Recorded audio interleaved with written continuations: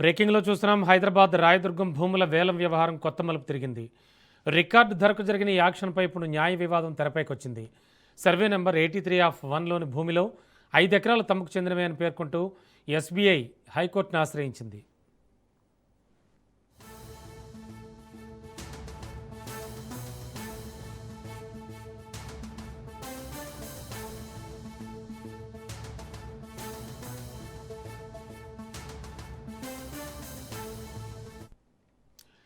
ఇటీవల జరిగిన వేలంలో ఎకరానికి 237 కోట్ల చొప్పున గౌరా వెంచర్స్ ఈ భూమిని దక్కించుకుంది. అయితే వేలం ద్వారా కేటాయించిన స్థలంలో తమ యాజమాన్య భూమి కూడా ఉందని ఎస్బీఐ తన పిటిషన్లో పేర్కొంది. దీంతో ఈ యాక్షన్ చుట్టూ వివాదం నెలకొంది.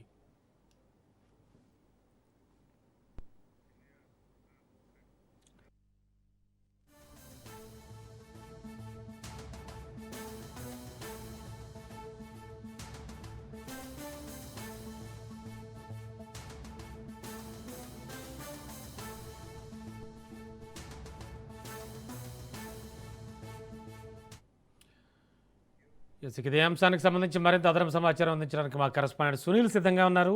సునీల్, ఈ రాయదుర్గం భూముల ఆక్షన్పై వివాదం ఎస్బీఐ ఒక 5 ఎకరాలు తందే అంటోంది. ఎప్పుడు వచ్చింది ఈ వివాదం? అలాగే ఏమంటోంది? మరోవైపు గౌరా వెంచర్స్కి సంబంధించిన వాళ్ళు ఏం చెప్తూ ఉన్నారు? ఎస్ రమణ, ప్రస్తుతం రాయదుర్గంలో ఉన్నటువంటి ప్రభుత్వం విక్రయించినటువంటి భూమిపై ఇప్పుడు తీవ్ర వివాదం అయితే దుమారం రేపుతుందని చెప్పవచ్చు. ప్రస్తుతము ఇటీవల కాలంలో సర్వే నెంబర్ 83/1లో 5 ఎకరాల భూమిని గౌరా వెంచర్స్ దక్కించుకోవడం జరిగింది. ప్రభుత్వము యాక్షన్ వేసింది. యాక్షన్లో గౌరా వెంచర్స్ దాదాపు 237 కోట్లు, ఎకరం భూమి విలువ దాదాపు 237 కోట్లకు 5 ఎకరాలను కూడా స్వాధీనం చేసుకోవడం జరిగింది. కాబట్టి అయితే ఇక్కడ గౌరా వెంచర్స్ భూమి దక్కించుకున్న తర్వాత ఒక్కసారిగా స్ట్రీమ్ మీదకి, అంటే ఒక్కసారిగా వీళ్ళలోకి ఎస్బీఐ అధికారులు, స్టేట్ బ్యాంక్ ఆఫ్ ఇండియా అధికారులు ఈ భూమి తమదే అంటూ కూడా వారు ముందుకు రావడం జరిగింది. ఇప్పటికే రాష్ట్ర ప్రభుత్వానికి అనేక సార్లు ఈ భూమికి సంబంధించిన విషయంలో చెప్పినప్పుడు కూడా రాష్ట్ర ప్రభుత్వము దీని విషయంలో ఏ విధమైన చర్యలు తీసుకోకపోవడంతో పాటు ఈ భూమిని యాక్షన్ చేయడం, ఆ యాక్షన్లో గౌరవ వెంచర్స్ దాదాపు 237 కోట్ల మేరకు ఈ భూమిని విక్రయించినట్లు కూడా మనకు తెలుస్తుంది. కాబట్టి ఇప్పుడు ఎస్బీఐ నేతలు ఒకసారిగా రాష్ట్ర ఉన్నత న్యాయస్థానం, రాష్ట్ర హైకోర్టులో పిటిషన్ దాఖలు చేశారు. గౌరవ వెంచర్స్ దక్కించుకున్న భూమి అది ఎస్బీఐ భూమి, అంటే స్టేట్ బ్యాంక్ ఆఫ్ ఇండియా భూమి.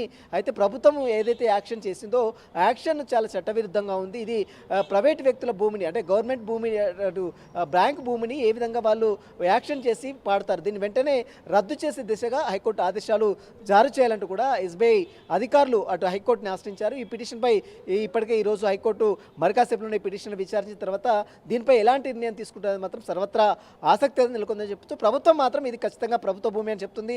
కానీ ఎస్బీఐ మాత్రం తమ దగ్గర అన్ని డాక్యుమెంట్స్ ఉన్నాయి కాబట్టి ఇది ఎస్బీఐ భూమి అని చెప్తుంది. మరి ఈ విషయంలో కోర్టు ఎలాంటి జోక్యం చేసుకుంటుంది అనేది కూడా సర్వత్రా ఉత్కంఠ అయితే నెలకొని చెప్పవచ్చు. Ramana. Okay, thank you Sunil.